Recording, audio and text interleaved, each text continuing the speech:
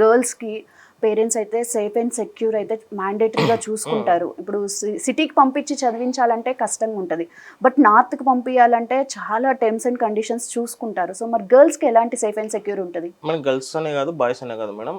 మేము 4 years స్టూడెంట్కి in campus హాస్టల్లోనే మేము ఇస్తాం మేడం. యాక్చువల్లీ చాలా యూనివర్సిటీస్లో ఏంటంటే క్యాంపస్ ఒక చోట ఉంటుంది, హాస్టల్ అకామిడేషన్ ఒక చోట ఉంటుంది.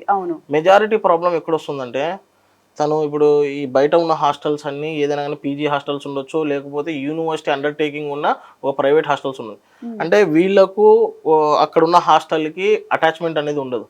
కాలేజీ పోతాడా పోడా అనేది తెలియదు, మీరు ఎక్కడో ఇక్కడ ఉంటారు.